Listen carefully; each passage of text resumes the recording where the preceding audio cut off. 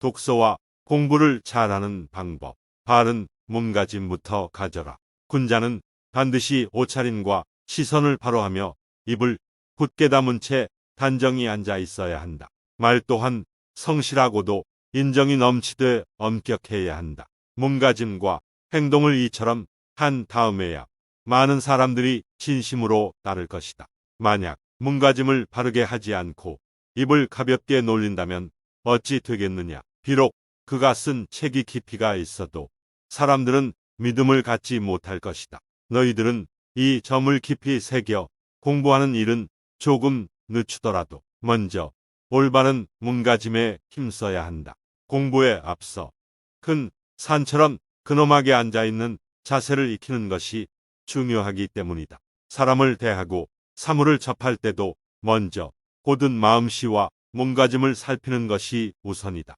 포기하지 말고 정성으로 책을 읽어야 한다. 절대 스스로 포기하는 일 없이 성의를 다하고 부지런히 힘써서 책을 읽어야 한다. 사나이는 한때 어려움을 당했다고 해서 꿈을 버려서는 안 된다. 항상 높은 하늘로 오르는 매의 기상을 품고 하늘과 땅도 작게 여기고 우주도 가볍게 움직일 수 있다는 생각을 품어야 한다. 좋은 내용을 기록하는 습관을 들여야 한다.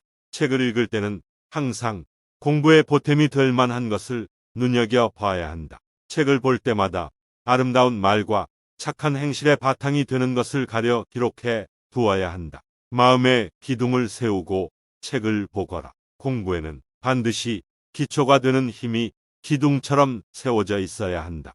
효와 제, 즉 부모에게 효도하고 형제간에 서로 사랑하는 마음이 바로 그것이다. 이런 바탕을 갖고 다른 사람까지 공경할 줄 안다면 공부는 자연히 몸에 배게 된다. 가벼움에 현혹되지 말거라. 때를 놓치지 말고 공부해야 한다. 몸가짐과 행동을 이처럼 한 다음에야 많은 사람들이 진심으로 따를 것이다.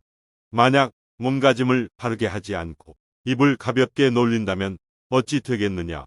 비록 그가 쓴 책이 깊이가 있어도 사람들은 믿음을 갖지 못할 것이다. 너희들은 이 점을 깊이 새겨 공부하는 일은 조금 늦추더라도 먼저 올바른 몸가짐에 힘써야 한다. 공부에 앞서 큰 산처럼 근엄하게 앉아있는 자세를 익히는 것이 중요하기 때문이다. 사람을 대하고 사물을 접할 때도 먼저 고든 마음씨와 몸가짐을 살피는 것이 우선이다. 항상 마음을 다져 의지를 세워라. 무엇 때문에 스스로 포기하려 드는 것이냐.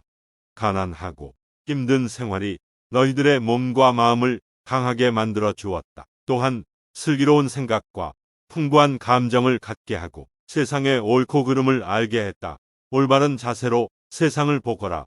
얼굴 표정을 바로 하는 것, 올바른 행동을 하는 것, 고운 말을 쓰는 것이 공부하는 데 있어 가장 중요한 자세이다.